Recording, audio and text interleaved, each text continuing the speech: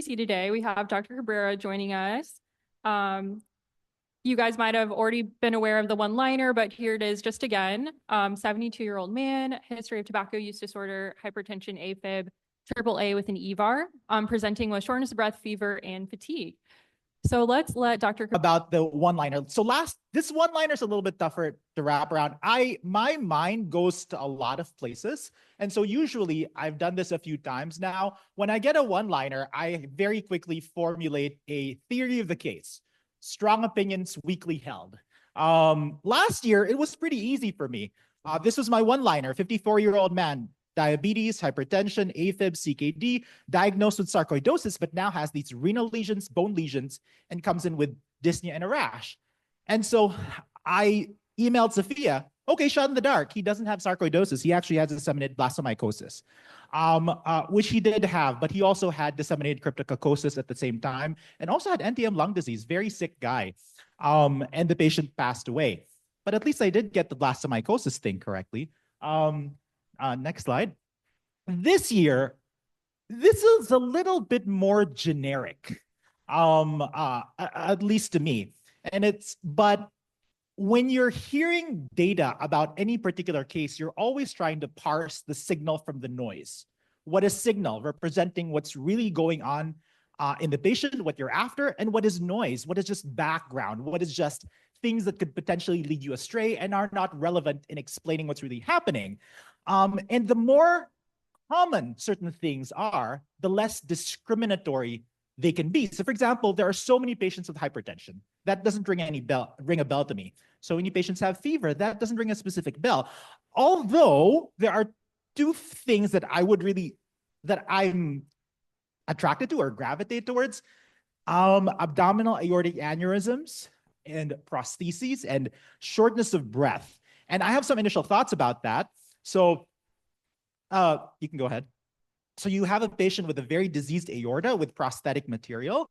Common things being common, if there is an infection there, of course you're going to see Staph aureus, Streptococcus, you're going to see E. coli, Klebsiella, but that's not what's going to land in the artificial diagnostic environment of a CPC, right? So in an artificial diagnostic environment of a CPC, where you invited an infectious disease physician and you wouldn't want to waste your time hearing me talk about a vasculitis, you're probably going to throw something at me like a salmonellosis, of which there's currently an outbreak affecting cucumbers. Maybe you're talking about Q fever, maybe you're talking about Bartonella, or maybe this is all noise and is a red herring and has nothing to do with the presentation. And the next slide, shortness of breath. Shortness of breath is tricky because it could be a clue. It could be a diagnostic clue referring you specifically to the respiratory apparatus or the pulmonary system or the cardiopulmonary system. But a lot of the time, it's also a false localizing sign. So in neurology, you have these all false localizing signs, Kernahan, whatever. But in infectious disease or in people who are systemically ill, there are some false localizing signs as well. There are plenty of people who are systemically inflamed or infected who have diarrhea and don't have a primary problem with their GI tract. They can have shortness of breath and they may not have a primary problem with their respiratory or their cardiorespiratory apparatus. But let's say it's for real. You're not going to throw strep pneumoniae at me. You're not going to throw, maybe you could throw mycoplasma, but maybe you would invite me for something interesting like histoplasma or nocardia or cryptococcus or aspergillus or Fusarium mucorales. Things that are a little bit, I would say histoplasma, pretty common around here. The rest, cryptococcus probably could happen even in immunocompetent patients. The rest, much less common in immunocompetent patients, but maybe these are the interesting things that one of your chief residents might have seen and thought, maybe we should put this in a CPC and we should ask an ID doctor to talk about them. But as you can see, it's all over the place. And unlike last year, I don't have a very strong opinion I don't have a strong opinion that I would gladly weekly hold for this particular case. So you're going to surprise me. I am so happy to hear that you haven't anchored on your diagnosis or figured it out as soon as I told you the one-liner. There's nothing wrong with an anchor if you're willing to drag it along, right? Which I am. Yeah, the one-liner, it's the hardest part to get right of the whole thing, to be honest. So something to note with this patient. So 2 weeks prior to his current admission, he had actually complained of acute onset of a week of fever, chills, malaise, fatigue, shortness of breath. So kind of like the same symptoms he's presenting with now. He was at an outside hospital. They called it due to like right upper lobe pneumonia. They diagnosed him with sepsis, sent an infectious workup, which I will not reveal to you at this time, but you'll get during the objective part. And then, of course, was given a course of antibiotics. And the antibiotics I listed at the very bottom. While at the outside hospital, he was found to have new onset AFib. They did an ultrasound, and incidentally, they said ultrasound, but I'm pretty sure it was like a TTE. And he was incidentally found to have a large AAA with the associated thrombus. And then he was transferred to Barnes for further management of the AAA. Vascular intervened, and he got the EVAR. And that's all part of the one-liner that I'd mentioned, the AFib and the AAA. So this was all related to that very recent hospitalization that he had. So while at Barnes, he was hospitalized for a total of 11 days. He was considered overall stable at the time, and he was discharged. And then just for your review is all the antibiotics that he got during that kind of 11-day period.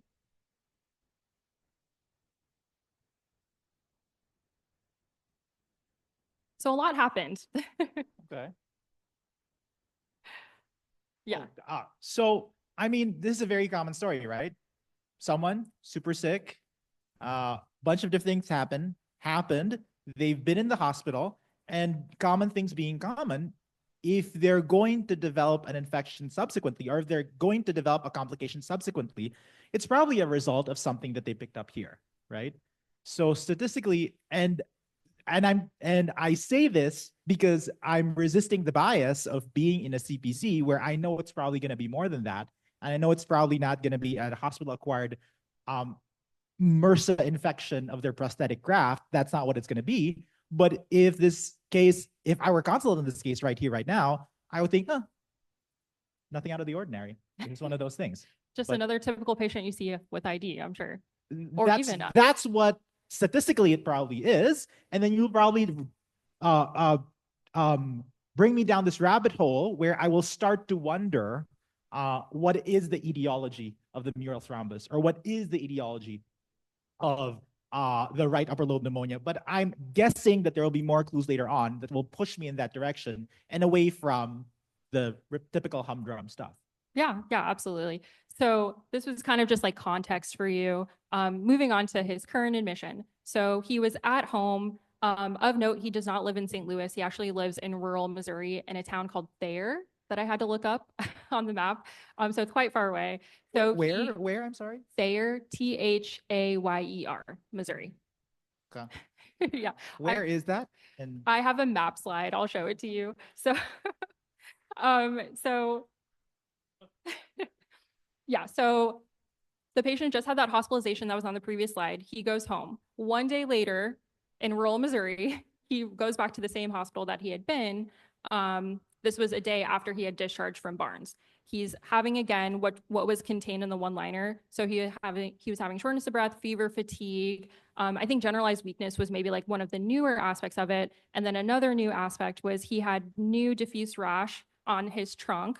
He said that had been going on, I guess he said several days, but he'd only been home for a day. So it's kind of unclear about how long exactly that rash had been there, but it wasn't noted in the notes from his previous hospitalization. And then he reports a new onset bilateral lower extremity rash, and he said that that was for one day. While at the outside hospital, repeat imaging confirmed he had worsening pneumonia, now is found to be more diffuse. And then he did have AFib at his prior hospitalization that was medically managed. He was found to be an AFib with RVR this time, and he was cardioverted with amiodarone.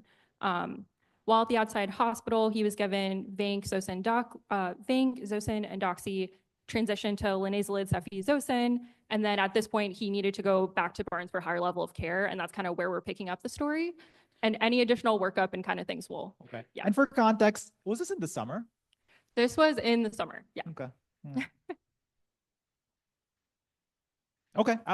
Did you want me to comment more? No. Yeah. Okay. So we can round out the rest of the details for him. So medical history, I think the only thing that maybe hadn't been brought up was histoplasmosis as a child. And I think the others you probably already knew. It's kind of frustrating when family history, the only thing is listed as reviewed and non-contributory. It'd be great if people could always expand and detail their family histories. No noted allergies, and then his medications. So all of these were recently added on from the previous hospitalization. He actually had not been seen by a doctor in like 15-ish years. So he'd just not been in contact with the medical system, and all of these medications were since. And then do you couple know weeks. what the nature of the childhood histoplasmosis was? No, I went digging through the chart. It's mentioned like one time and never mentioned We again. don't know what was involved, and we don't know how it was treated. Yeah, Do exactly. we know how old the patient was at the time? That is a good question. But at least probably at least 6 decades. I'm guessing because he's in the 70s. And then I mean, maybe it's it's a personally adaptive habit, but probably not adaptive habit for you. I mean, when was the last time that an ID case was cracked open by a family history? Unless that family history is specifically of tuberculosis. And that's why I don't sweat. I mean, for my specific practice, I ask very specific things. And for your specific practice, you're going to ask very specific things depending on the tools available to you. But I'm not super bothered. Unless you tell me that actually you're concealing a family history of tuberculosis. I'm hiding many things from you, but not that. Okay. Okay, so something that you would care about is his social history. So ID writes beautiful notes. They have beautiful social histories. I know there's probably like very main specific things that you're going to want to know. So kind of off the top of your head, what should I tell you? You're asking what I would ask for if I had seen this patient. Yeah. So because we're looking at this patient and we're thinking things are not quite, or you're pushing me to think that things are not quite adding up, because my system one thinking is still, I don't know how strange this is really. This patient could have easily have gotten a drug reaction that led to their rash. The patient could have picked up a nosocomial MRSA pneumonia that made them sick. Nothing is super strange yet, but you're inviting me to abandon my system one thinking, my intuitive heuristic thinking, and think a little bit more deeply about a case that you're telling me is not going to very easily add up. So the reason why I asked about the summer is for the obvious reason that we're looking at viral infections like West Nile virus. I'm also thinking about things in the summer that we see like ehrlichiosis. I don't know how that ties up very well with the abdominal aortic aneurysm, but then again, is the abdominal aortic aneurysm really signal or is it really noise? It's very prominent in my mind, but as we gain more information, we change our minds about what's signal and noise. We classify them as signal. Initially, we classify them as noise initially, but as we proceed with our diagnostic process, they might flip. So maybe the abdominal aortic aneurysm is nothing special. Maybe it really is just all atherosclerotic, and you're trying to push me in a different direction. So I'm interested in their outdoor activities. I'm interested in whether they camp, they hike, they hunt, they eat wild boar, they eat raw crawfish or whatever. Some of those things cause rashes. Some of those things directly expose them to the more obvious differentials of West Nile virus and ehrlichiosis. I was probing the family history, so I'm also interested in finding out their history of family exposures like tuberculosis. If you haven't volunteered it yet, I wonder if they're using any recreational drugs that they're injecting directly and that could cause an endovascular infection. I'm interested in their animal exposures. So, I mean, we talked about their outdoor, but they're also their pets. Do they have chickens? Do they have lizards? Do they have rabbits or cats and dogs? Those are the things that I'm interested in off the top of my head. Great. And I think I can give you almost all of those answers. Tobacco use history, we knew about 15-pack year history as well as documented. No alcohol use or recreational drugs. Career-wise, he's retired but used to work in an auto body shop. Has not seen a physician in 15 years, which we kind of mentioned. And then rural area, does spend a lot of time outdoors, but I don't know if I got a good sense of exactly what activities he was doing outdoors. Has had many tick bites, quote unquote. Also notes multiple bites 6 weeks ago. Notes being in proximity to feral cats and possums. Specifically, has not been around rabbits or rats, apparently, and then does not have other pets. And then to further characterize exactly where this patient was living. So Thayer, Missouri is 3.5 hours away from St. Louis. It's right on the border of Missouri and Arkansas to the east of Branson. So kind of like that little boundary line east of Branson is where he was living, if that provides any additional information for you. Yeah. I mean, there's a lot of Ehrlichia around here. There's a lot of histoplasmosis around here. You mentioned, so cats, we're always interested in cats and Bartonellosis. We're always interested in wild mammals. This is probably not a case of pneumonic plague. We would have heard about it. It would have been the talk of the division if this was pneumonic plague. So other than thinking that there are things that are common here, things that are not common here, like Lyme is not common here, but ehrlichiosis is, histoplasmosis is. Other than that, I don't have any specific ideas at the moment. Yeah. That said, I mean, we squeeze out social history, but it's I don't know, an existential crisis, it's a crisis for me because how discriminatory is social history? I had an attending when I was in Transplant ID Fellowship, and the patient died of died with a brain abscess, agreed to an autopsy, and so no social history, nothing, stays at home, nothing, does nothing. They tried to squeeze all the social history they could squeeze out of that patient. And then the patient got an autopsy, and then an autopsy, they grew Fancicella tularensis from the brain abscess. And then they asked my attending asked the husband. So I don't know where the patient could have got this, but the patient had tularemia. And the husband says, tularemia, does that come from Tulare County, where I go fishing and hunting? My wife never goes with me, but I just remembered that maybe I should have told you, I take my vest off, my wife takes it from me, and she hangs it in the inside door of the house. And so could tularemia fomites have clung to that? So I guess I say this because sometimes we want to squeeze social history out of the patient, but sometimes I think that they have very poor negative predictive value. And there are many situations where I would insist on looking for something, even if there's no specific exposure. I would insist on looking for cryptococcosis, even if they don't have chickens. I would insist on looking for tularemia in the right clinical setting, even if they didn't mow the lawn and something flew into their eye, right? I think a social history is important. It gives you a sense of the range of possibilities, but I feel very uncomfortable about excluding certain things based on social history.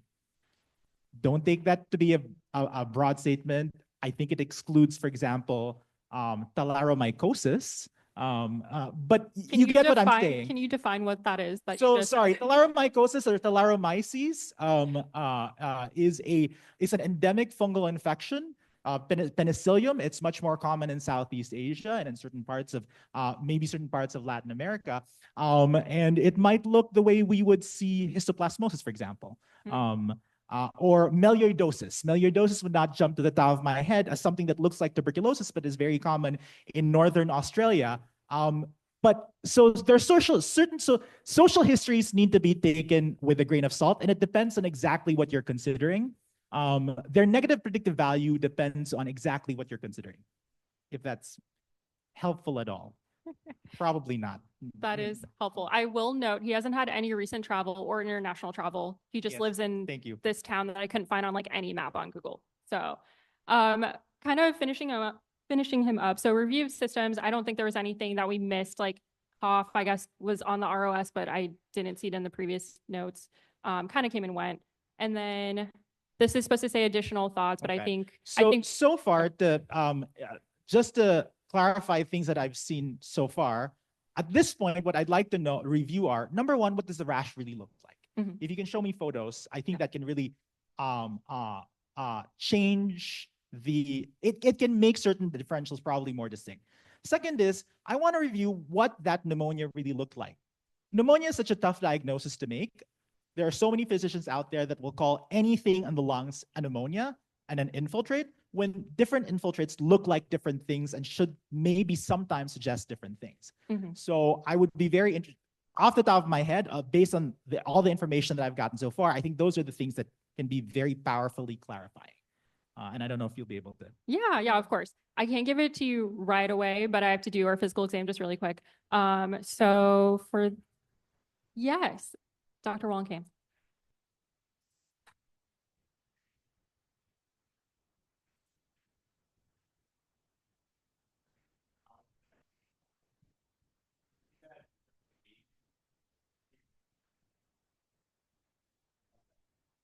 So honestly, not very much. Uh, not very much because, how do I say this?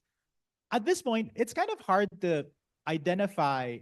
There are so many things in the hospital that they could have identified, that they could have gotten that could have been resistant to Zosyn. So, for example, Zosyn-resistant enterobacteriales leading to their pneumonia, and they're very common. Like it doesn't powerfully push me in a certain direction or another.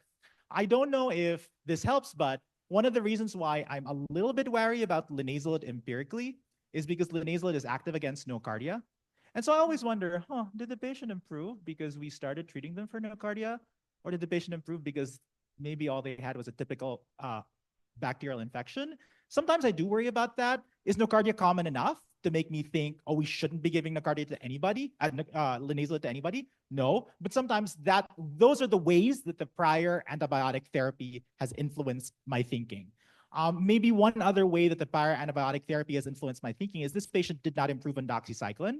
I don't know if you were trying to lead me with that. Ehrlichiosis is exquisitely susceptible to doxycycline. It would make me very surprised that this patient had ehrlichiosis and didn't respond. But other than that, vancomycin, Zosyn, what happens when you get vancomycin and Zosyn, to be honest, that doesn't push me in a particular direction. Thank you for that.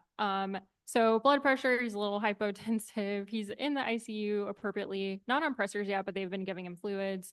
New oxygen requirement. So when he had left the hospital a couple days prior, he had been on room air. Now he's on 5 liters and he's febrile. And then the rash, this is the description. And then I have the picture on the next slide, if you'd like to see that. Yes. So this was unsatisfying. I kept on searching in the chart for like all the different pictures. Like I expected different angles and like different pictures on the different days of the hospitalization. And this was the only one I could find. So I'm not sure why that is, but this is what I have for you.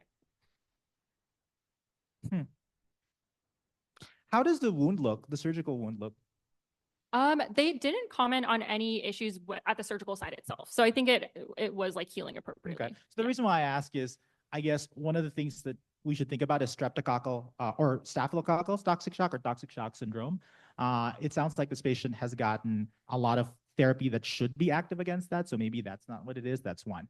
That's first. Second is, so you're right. It does look like a generic maculopapular reaction, which could be from the antibiotics that the patient received, but because they seem to have emerged off antibiotics at home, correct? Yes. So already off antibiotics at home, emerged at home, and came back to the hospital, already had the rash when the patient got re-exposed to those antibiotics. So maybe it is related to the underlying infection that we're looking for. I mean, so the viral infections like West Nile virus do cause rashes. Our ehrlichiosis can cause a rash sometimes. We keep going back to that. This does not fit, definitely, a lot of the things that I put up on the board. It doesn't fit histoplasmosis, cryptococcosis, not because those things don't affect the skin, but those things, when they do affect the skin, are usually probably would have, let's say, more nodular lesions rather than these flat, non-palpable, maculopapular things that look more like either drug rashes or viral rashes. So that's where I'm heading. It also makes me think that, what would cause what could cause the thrombus and aortic disease? Is there something that can cause an aortitis previously that led to this, as well as this rash? I'm kind of grasping at straws. I'm not particularly sure, although I'm not particularly sure of a specific entity. And then besides all the specific entities that we've talked about, whether they're likely or not likely, I guess another possibility is whether this patient could actually have a subacute bacterial endocarditis, an endovascular infection, because those things, the manifestations are pretty protean. And I've had a bunch of patients where I thought, this is something else, like this is murine typhus, or this is a viral exanthem. And it turns out that they ended up having, surprisingly, like a very ordinary subacute bacterial endocarditis with streptococcus. So I don't know. You have a lot of experience to draw from. That's awesome. A lot, a lot. I'm very young, I swear. Okay, so here's our menu of options of things to do for this patient. Many of these things you've already asked for, and I've just like been prolonging this at this point. Sure. I guess initial labs and imaging, Sure. and then you want to save, I'm guessing you want to save the infectious eval and additional infectious eval for later? I do. Yes, Okay. I do. Sure. Not the, so that you don't spoil the reveal. Fine. Let's do initial labs and imaging. Oh, Control L. Okay. Initial labs. So Okay. lots of abnormalities. His creatinine, his recent discharge was 1.3. It had actually shot up to 2.37. All those other abnormalities, as you can see listed there. Notable for hemoglobin 2, that is a drop over the past couple of days. So it had been like in the 9 to 10 range prior to that.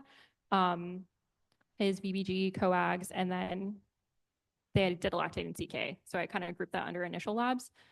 Anything kind of stand out to you, or just kind of underscores he's very sick and there's a lot going on? So it's possible that this is all just because he's very sick, right? But and very sick people with a very ordinary infection like staphylococcus can have something like this. However, when you have hyponatremia, you have some muscle breakdown, you have do you think, hey, could this patient have legionellosis? And going back to what you were saying, we've blasted this patient with vancomycin, Zosyn, doxycycline. Doxycycline should have some activity, but for maybe not good data, a lot of people believe that maybe doxycycline is not fantastic against legionellosis, and those patients would not recover unless they receive either a macrolide or even better, a quinolone. So maybe that's what this is, or just as easily, this could just be a very non-specific picture. I do wonder though, the hemoglobin is very low. Is this patient, did the patient have baseline anemia from chronic disease before that? We don't have any kind of labs or notes from And like we the don't know if 15-year post-op they bled a lot, maybe that. So Yeah. so think about what could cause hemolytic anemia. So mycoplasma. Mycoplasma can cause hemolytic anemia.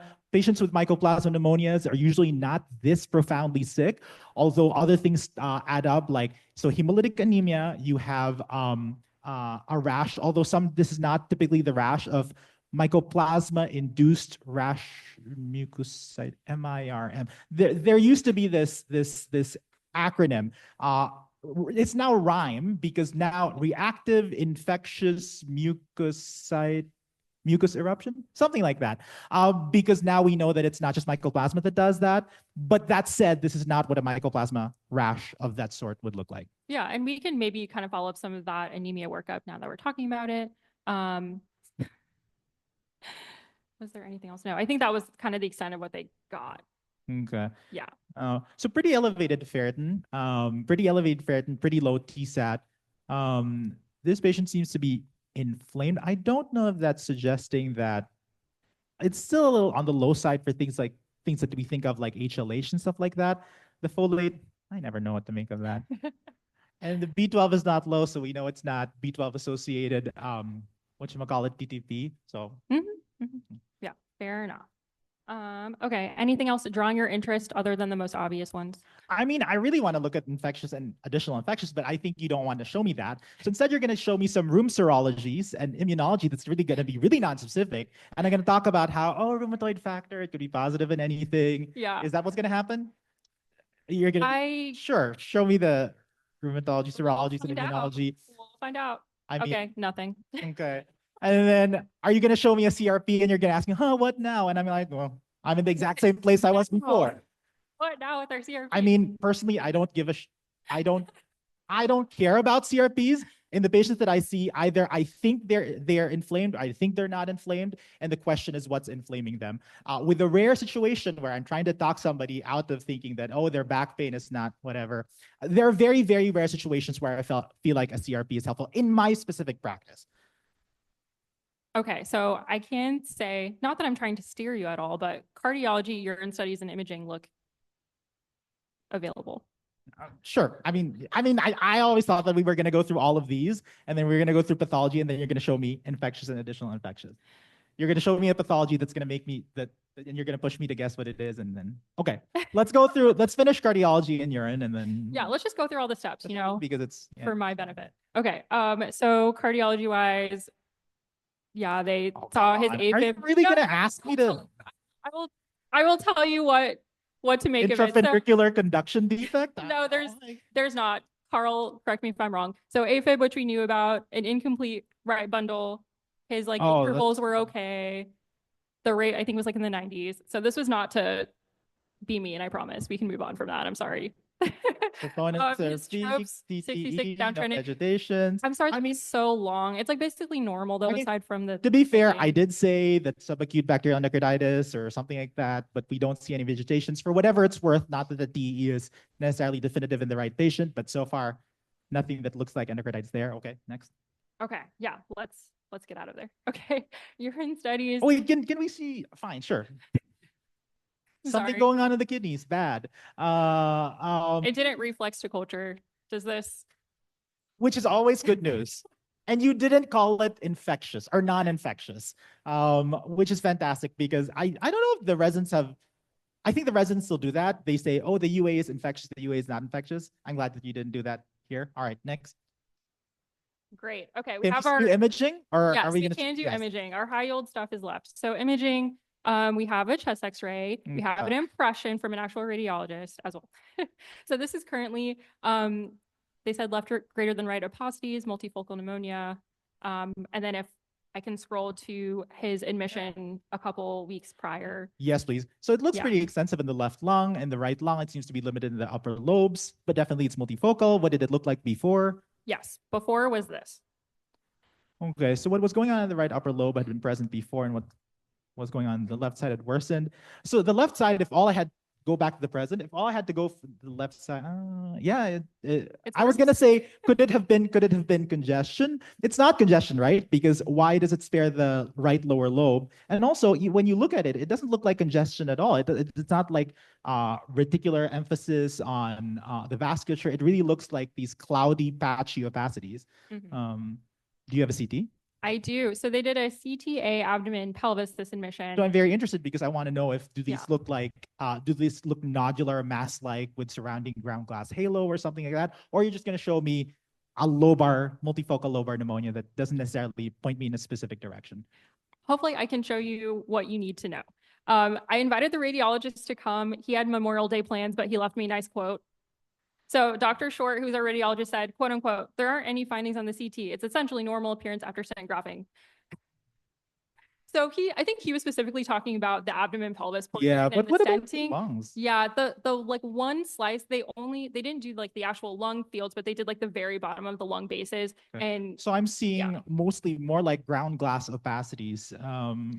Don't know if I'm convincing myself to think that this looks band-like, maybe not, but I'm not seeing, at least on these cuts, which unfortunately are not the cuts that we're most interested in, right? Like the right upper lobe. I wanted to see the right upper lobe. Is it hiding a mass, hiding a nodule, hiding something, a toll sign, for example?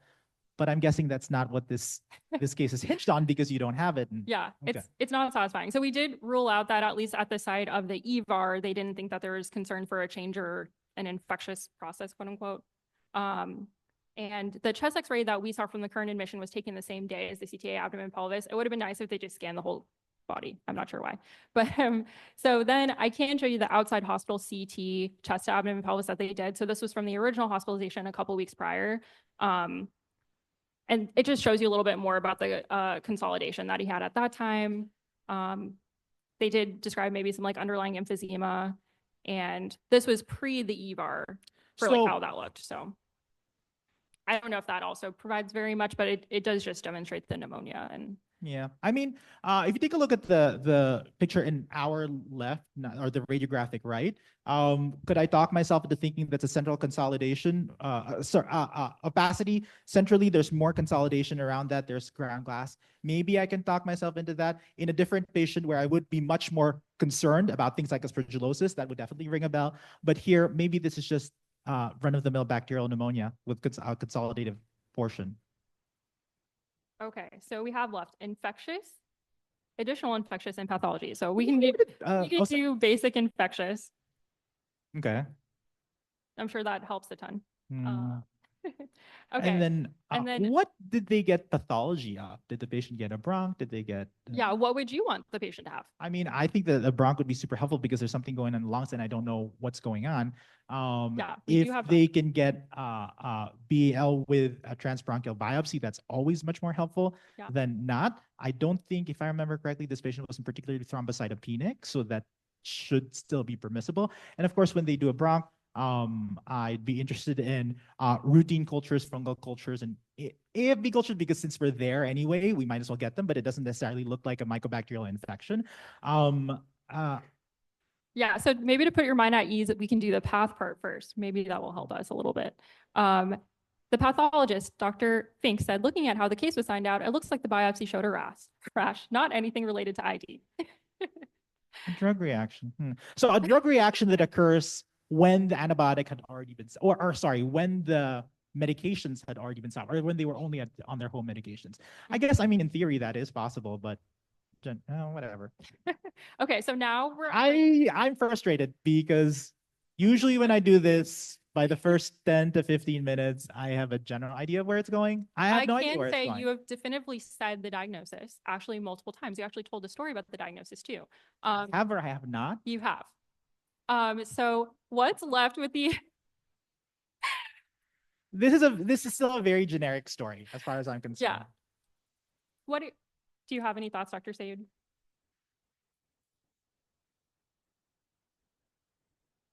What? Wow. Okay, so this will definitely give us the definitive diagnosis when we like go through all of the serologies he got, the BAL he got. Those are kind of like the last few pending things. You really have said everything, and I do understand that it's hard to pinpoint a diagnosis without kind of like those results. You're gonna say it's tularemia because I told a story about tularemia?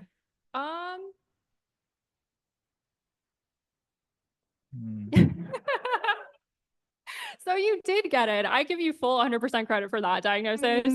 You're being overly generous. Okay, but yeah. Okay, but to go through the other workup to be thorough and make sure we didn't miss anything else, because like you said, there could be co-occurring things.